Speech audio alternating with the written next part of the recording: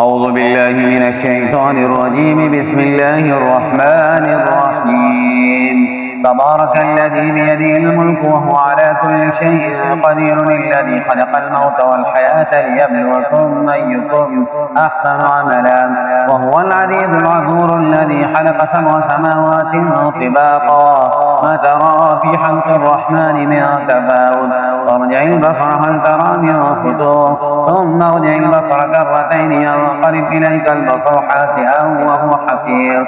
ولقد زينا السماء الدنيا بمصابيح وجعلناها رجوما للشياطين وأعتدنا لهم عذاب السعير.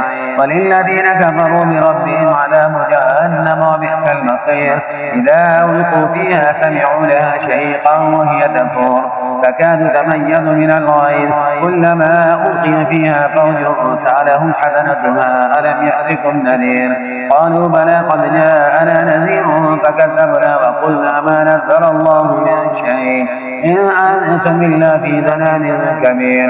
وقالوا لو كنا نسمع ونعقل ما كنا في أصحاب السعير، فاعترفوا بذنبهم فسوقا لأصحاب السعير. إن الذين يخشون ربهم بالغيب لهم مغفرة وأجر كبير. وسروا قولكم أو اجهروا به إنه عليم بذات الصدور. ألا يعلم من خلق وهو اللطيف الخبير. هو الذي جعل لكم الأرض ذلولا فامشوا في مناكبها وكلوا من رزقه وإليه النشور. أأمنتم من في السماء أن يخسف بكم الأرض فإذا هي تمور، أم أمنتم من في السماء أن يرسل عليكم حاصبا فستعلمون كيف نذير.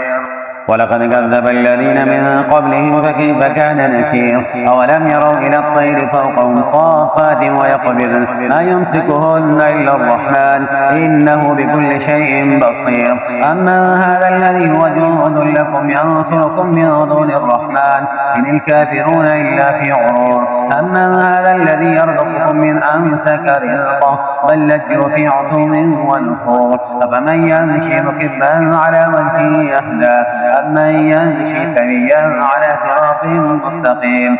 قل هو الذي أنشأكم وجعل لكم السمع والأبصار والأفئدة قليلا ما تشكرون. قل هو الذي ذرأكم في الأرض وإليه تحشرون.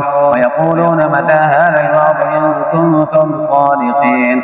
قل إنما العلم عند الله وإنما أنا نذير مبين. فلما رأوه زلفة سيئت وجوه الذين كفروا وقيل هذا الذي كنتم به تدعون.